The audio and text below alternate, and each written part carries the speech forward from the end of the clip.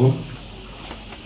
আজ 24শে রমজান, পানগাঁয়ে মোজাকাবিয়া পূর্ব কাঠালিয়া দরবার শরীফের তরফ থেকে আমাদের সুনীল সাহেব সন্ধ্যা পুরো টিম বস্ত্র বিতরণের আয়োজন করেছে। সত্যি কথা বলতে দেখে কি মনে হচ্ছে একদম যেন রহমতের বরকতের একটা জায়গা।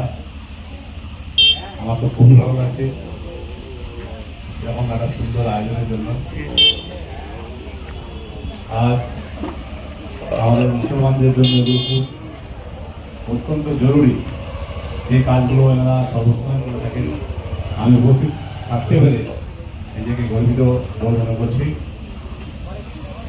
এই সময় এই জায়গাতে বেশি কিছু বলে আমার বক্তব্য নির্ধারিত করবো না, তবে হ্যাঁ একটা জিনিস, আমাদের এই কাজকে দেখে আমাদের মনের মধ্যে একটা উৎসাহ যাকে আমরা মোটিভেট হই।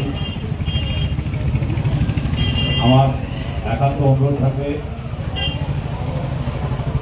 আমাদের সাহেবকে যে এরকম প্রোগ্রামে যদি আমরা আগামী দিনে আপনি আমাদের দয়া করে সামিল করেন, আমি খুব বাঁচিত থাকবো।